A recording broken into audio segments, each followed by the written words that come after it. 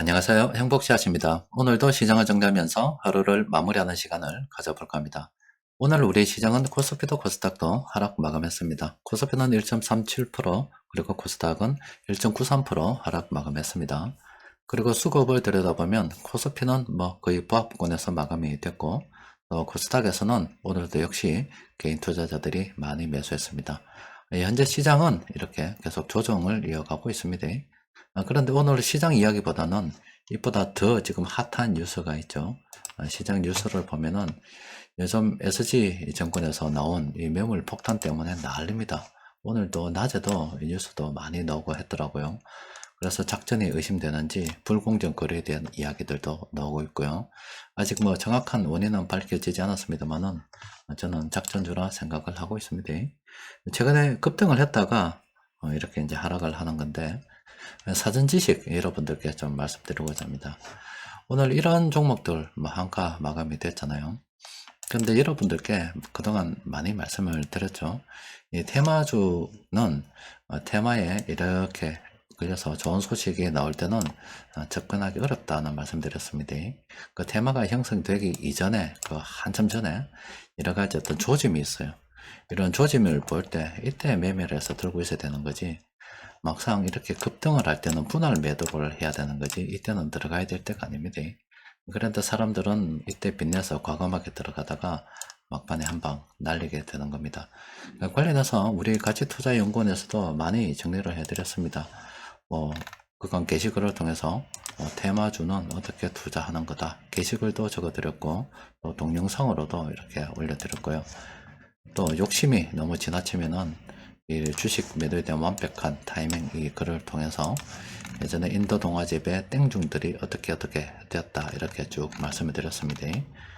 또 그리고 최근에는 이 비금속 광물, 그리고 철강 금속 업종, 이거 현재 좀 이쪽도 테마입니다. 형성돼서 가고 있는데, 나중에 경제 지표가 전부 다 잘 나올 때 우리가 빠져나가야 되기 위해서는 이 종목들 공부를 좀 해야 된다, 이런 말씀도 드렸고, 또 원리에 대해서도 설명을 해드렸죠. 테마가 형성이 된다는 것은 그쪽으로 돈이 많이 들어간다 이야기입니다. 경제 지표도 마찬가지고요. 그러면 돈이 몰려 들어가게 되면 이 관련 지표들이 전부 다 좋은 이야기를 하고 있다 말씀드렸잖아요. 그리고 이 좋은 것을 갖다가 나타내는 지표를 가지고서 여러 가지 분석 리포트를 만들어 내게 되면은 그 분석 리포트 역시 전부 다 좋은 이야기를 하게 됩니다. 이거는 개인 종목도 마찬가지고, 또 그리고 나중에 우리가 진짜로 빠져나와야 될 때, 전 세계 시장이 다 잘 돌아갈 때도 마찬가지인 겁니다. 전부 다 좋은 이야기만 하기 때문에 아무도 이 돈이 몰리는 시장에서는 끝을 이야기하지 않아요. 그 누구도 끝을 이야기하지 않습니다.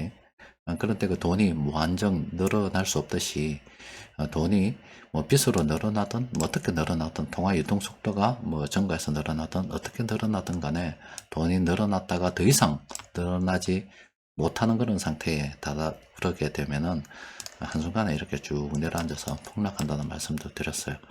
그러면 아무도 매도를 이야기하지 않는 그런 시점에 우리가 과감하게 대중과 반대의 길을 가면서 우리가 빠져나오려 그러면은 미리 사전에 준비를 많이 해야 되겠지요.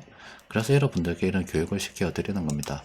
완벽한 매도 타이밍이 언제인가, 이런 이야기도 해드리는 거고, 또 테마에 대한 이야기도 해드리는 거고, 또 최근에 비금속 광물 업종 지켜보라는 이야기도 해드리는 거고, 또 나중에 언젠가 우리가 빠져나가야 될 일이 있겠죠. 빠져나오지 못하고 끝까지 욕심 부리게 되면 어떤 결과를 초래하는지 오늘 좀 살펴보고자 합니다. 이 종목도 다 살펴볼 거예요. 자, 첫 번째 다월 투자증권이 있습니다. 이제 한가 가서 지금 난리 난 그런 상황이죠. 지금 이 와중에도 사고 있는 개인들이 있어요. 지금 난리 났습니다. 난리 났는데 이 와중에도 사고 있는 개인들이 있다고요. 근데 여러분들 지표를 잘 보세요. 보면은 그 이전에는 이럴 때 매수를 하는 게 좋다 이야기를 했었고, 분할 매도에 대한 이야기, 이건 분할 매수잖아요. 하다가 분할 매도 이야기 하다가 최종적으로 게임이 끝납니다 이렇게 이야기를 했고, 또 그 최근에도 이때 사야지, 이때는 이제 팔아야 된다, 폭락 직전에 팔아야 된다는 계속 이야기를 하잖아요. 그런데 이런 걸 무시하고서, 데이터를 무시하고서 감정에 이끌려서 살라 그러면 이때 사야 되는 거지, 테마가 막 형성이 되고 뜬다 그래서 이때 막 추격 매수해서 막 들어가게 된다면은 결과적으로 이제 희한한 일을 맞이하게 되는 겁니다. 다우 데이터도 이래 보면 최근 들어서 이때 우리가 매매를 해야 이야기했지, 나머지는 계속 급등하는 구간 동안은 팔아야 되는 그런 상황이었습니다. 그런데 끝까지 동전 묶고 나가고 업 묶고 나가고 겁 묶고 나가야 되는데 나가지 못하면 이제 나중에 이런 결과를 초래하게 된다고요. 그리고 대성홀딩스도 마찬가지입니다. 이 테마가 이렇게 형성이 되기 그 이전부터 이미 이렇게 분할 매수에 대한 이야기들이 계속 나왔습니다. 상당한 기간을 두고서 물량을 매집할 수 있는 오랜 기간 동안 있었죠. 그리고 이 중간중간에도 팔아라는 신호를 계속 줬어요. 근데 그 모든 신호를 다 무시하고 끝까지 들고 있다가는 이제 이렇게 되는 거죠. 심지어 막판에 탄 사람들은, 이런 신호에도 불구하고 막판 탄 사람들은 이제 이거 난리 난 겁니다. 삼천리도 마찬가지예요. 그 이전에 충분히 사람들의 관심을 받기 이전에 이렇게 공포스러운 그런 구간이잖아요. 그런 구간에 사람들의 관심을 가지지 않을 때 사야 되는 거예요. 샀다가 나와야 되는데 계속 이제 분할 매도로 나와야 되는 구간이잖아요. 그런데 이때 뭐 과감하게 빚내서 막 들어가고 하니까 문제가 생기는 거예요. 이제 끝난 거예요. 이거 어떻게 놓을 겁니까? 또 서울가스도 마찬가지입니다. 그 이전에 공포스러운 구간이 있었습니다. 비슷한 시기에 다 이거 작전이 시작됐다고 보면, 작전의 시작은 언제 됐냐면 이때 된 거예요. 이미 앞에 이런 종목들도 이미 첫 해부터 계획을, 큰 그림을 그리고 계획을 시작했던 겁니다. 그게 지금 이제 끝난 거예요. 이게 끝난 겁니다. 처음에 시작할 때 잘 포착을 해야죠. 성광도 마찬가지입니다. 이거 비슷한 시기에 다 들어간 거예요. 아마 지금 뭐 금융감독원에서 아니면 한국거래소에서 뭐 분석을 한다 손 치면은 이때를 분석하는 게 해야 되겠지만은 초기에 이때 계좌를 잘 봐야 될 거예요. 이 부분에 물량을 매집한 증거가 엄청 많을 거예요. 중간에는 계속 이제 돌려가면서 막 뻥튀기를 했겠지요. 또 세방도 마찬가지입니다. 굉장히 오래전부터 계획이 됐죠. 그 이전에도 계속 있었고요. 그리고 뭐 이때는 요때 한번 들었다 손재도 최근에도 또 있었잖아요. 그러니까 사람들이 관심이 없을 때 들어가야 되는 거지, 이것도 마찬가지입니다. 있었죠. 최근에 있었고, 또 최근에는 급락 직전에 보면 이렇게 탐욕 지표까지 찍어서 하지 마라 라고 이야기를 했어요. 근데 이제 이 돈 들고 들어간 거라고. 이거는 이제 답이 없는 거예요. 이 사람들은 답이 없는 사람들입니다. 그래서 여러분들께 이 테마주를 좀 보여드리면서 말씀드리고 싶은 것은 뭐 원리에 대한 이야기입니다. 이쪽으로 테마가 형성되었다는 거는요, 이쪽으로 돈이 들어갔다는 이야기입니다. 그럼 돈이 들어가니까 이렇게 오르는 거예요. 빚내서 들어가든 어떻게든 돈이 들어가니까 오르는 겁니다. 그러면은 그럼 그 이전에 주식 언제 사야 되느냐? 사람들의 관심권에 멀어져 있을 때 이때 사야 되는 거예요. 우리도 지금 이 구간이다 생각하고 물량을 빼서 모아가고 있는 중입니다. 모아가고 있는 중이에요.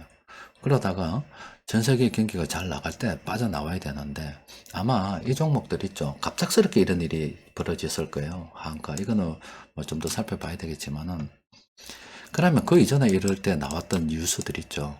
그럼 이 종목과 관련되어서 이 좋은 뉴스들이 엄청 많이 나왔을 거라고, 앞으로 더 간다는 뉴스들이 엄청 많이 나왔고, 그런 뉴스들이 전혀 근거 없지는 않았을 겁니다. 사람들의 신뢰를 줄 만한 뭐 데이터를 기반으로 해서 보고서를 만들어냈을 거예요. 그래서 그런 걸 믿고서 다 좋다고 이야기하니까. 그런데 말씀을 드렸죠. 돈이 몰리면 이 종목뿐만이 아니라 그 업종도 마찬가지고, 요즘 비금속 광물이나 철강 금속도 마찬가지입니다. 또 향후 전 세계 경기가 잘 나갈 때도 마찬가지예요. 경제 지표가 전부 다 좋은 걸 이야기하니까 이걸 바탕으로 해서 분석되는 모든 어떤 분석 자료들은 전부 다 잘 나간다. 그러니까 마지막을 이야기하는 건 아무도 없다고. 그렇기 때문에 모두 다 잘 나간다고 생각하고 무방비 상태에서 이런 식으로 맞아버리게 됩니다. 우리가 나중에 욕심을 끝까지 부리다가 맞을 거예요. 그래서 제가 여러분들께 말씀을 드린 게, 분명히 제 중간에 이런 지표도 여러 가지 참고해서 나가라고 이야기하고 저는 빠빠합니다 하고 이야기할 거예요. 그런데 행복씨앗이 팔아라고 했는데 그 새끼 미친놈이더라. 얼마 나가라고 한 다음에도 이만큼이나 많이 올랐는데 헤헤 하고 막 웃고 있다가, 아이고 그 새끼 그 주식 전문가라 카더만은 요마이 뽑기 못 먹고 난 집보다 많이 먹었으니까 내가 이겼다라고 생각하고 자화자찬하면서 가겠지요. 그러다가 이제 뭐 나는 지금 주가 여기까지 왔는데 뭐 이까지 하늘 높은 걸 막 생각하고 있다가 갑작스럽게 한 방 맞고 이제 쪽박차게 되는 거죠. 이거는 거품이 일어나는 거는 공통적으로 다 똑같습니다. 이런 거품을 연구하려고 그러면은 1980년대 그러니까 1991년도 2년도 그 상간에 일본에서 그 일어났던 거품들을 연구를 해 볼 필요가 있어요. 그리고 굉장히 멀리 가게 되면은 1929년도에 미국에서 있었던 그 이전에 요 내용들을 연구를 해 볼 필요가 있고, 앞으로 여러분들이 계속 공부해야 되는 것은 비금속 광물, 철강 이런 거, 또 이런 테마주에서 막판에 마지막까지 욕심지기다가 무너지는 사람들이 어떤 사람들이 무너지게 되는가를 반드시 연구를 해야 돼요. 그리고 경작자들이 어떤 뭐 경제 뭐를 못 맞춘다 이야기 하잖아요. 그건 그럴 수밖에 없습니다. 원리가 그래요. 경제학자라고 해서 뭐 박사라고 해서 다 똑똑한 거 아니에요. 그 주식 투자도 다른 의미입니다. 그 사람들이 보는 데이터가, 아니면 우리 정부 관계자들 다 똑같습니다. 보는 데이터가 전부 다 돈이 몰릴 때는 다 좋은 지표만 바라보게 되어 있습니다. 이거는 정부도 그렇고 은행도 그렇고 경제학자도 그렇고 다 그래요. 그럼 이런 다 좋은 지표를 보면서 분석을 해내는데, 그럼 분석된 어떤 여러 가지 리포터들도 전부 다 좋은 이야기만 하게 돼 있습니다. 근데 그 가운데서 내 혼자만, 야, 이거 지금 위험이고 과열 뭐 이렇게 돼 있다, 조심해야 된다, 나가야 된다고 이야기하면 이거 소수 의견으로 반영도 안 됩니다. 언론에 보도도 안 돼요. 전부 다 좋다고 이야기할 때 한 방에 어느 날 갑자기 뿡 떨어집니다. 이런 일을 앞으로 우리가 경험하게 될 거예요.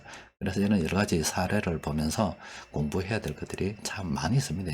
오늘 여러분들께 뭐 좀 말씀드렸는데, 그간 제가 말씀드렸던 거 곰곰이 생각해보고, 또 카페에서 올려드렸던 거 다 연습을 시키는 겁니다. 이럴 때 테마주 어떻게 우리가 해야 된다. 주식 매도는 완벽한 타이밍에 대해서 질문도 하고 댓글이 332개나 달렸습니다. 많이 봤을 거잖아요. 2015년도에 말씀드렸죠. 이 이야기들을 또 쭉 하고 동영상도 몇 번 이렇게 말씀드렸고, 한게 이때 남들과 반대의 길로 과감히 걸을 수 있는 우리가 사전 예행 연습을 하고 지식을 쌓고 있다라고 생각하시면 됩니다. 자, 이만큼 충분히 말씀드렸기 때문에 이해하시리라 보고, 그러면은 시장 수급 정리 좀 하도록 합시다. 오늘도 외국인들이 전체적으로 봤을 때는 별거 아닌 것 같지만 오늘도 꾸준히 매수하고 있습니다. 꾸준히 매수하고 있어요. 그리고 이 비금속 광물, 철강 금속 이거 공부해야 됩니다. 자, 외국인들이 매수하는 종목 아까 전에 어땠어요? 이런 것들을 쭉 보니까 어땠어요? 급등 이전에 이렇게 충분히 오랜 시간을 두고 물량을 매집할 수 있는 기간들이 다 있었죠. 이런 거 보면 굉장히 언제 오르나, 이런 주식 사고 언제 오르나 이런 식이 있었어요. 니는 간댔는데 왜 안 오르노 불신을 쌓아가면서 이런 날이 있었습니다. 그렇죠. 삼천리도 마찬가지. 왜 안 오르나 이런 불신을 쌓아가면 그런 게, 이때는 악재가 많았을 겁니다. 이때 호재가 많았을 거 분명히 그렇습니다. 그러니까 지금 우리는 어느 구간을 지나고 있느냐, 이거 지나고 있다. 이거 지나고 있기 때문에 다 좋지 않은 뉴스밖에 없어요. 긴축이 어떻고 경기가 좋냐 안 좋냐 이런 이야기하고 있어요. 제가 여러분들께 말씀드렸잖아요. 경기가 안 좋은데 주식이 자산 버블로 오를 거고, 경기가 턴을 하게 되면 주식으로 왔던 돈이 원자재 시장으로 가야 되기 때문에 주식시장 떨어질 거고, 그러다가 한 방향으로 같이 움직일 건데, 이때는 모든 경제 관련 뉴스들이 다 좋게 나온다. 우리는 지금 요 지점 이제 시작하고 있다.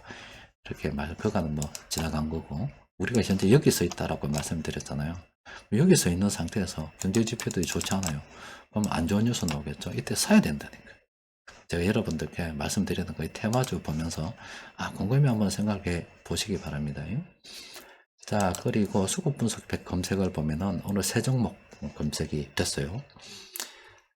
바쁘니까 뭐 플랜 A를 통해서 바로 봅시다. 이렇게 두 종목 관심을 가져야 됩니다. 현대차도 장기적 관점에서는 괜찮아요. 안 좋은 뉴스 상당히 많이 나올 겁니다. 그런데 뭐 미국의 자동차 공장 만들어지고 뭐 하면은 그때는 또 좋은 뉴스 나오겠지요. 또 그리고 변곡점 지표를 통해서 살펴보니까 에이블 CNC는 단기적으로 많이 올라서 조심해야 된다, 이렇게 분석이 되고 있습니다. 자, 오늘 하락한 종목 굉장히 많이 있습니다. 탐욕의 것을 다가 욕심 없이 내가 잘났다, 내가 이 종목 들고 있던 사람들은 굉장히 기뻤을 거예요. 들고 있는 도중에 많이 올랐기 때문에.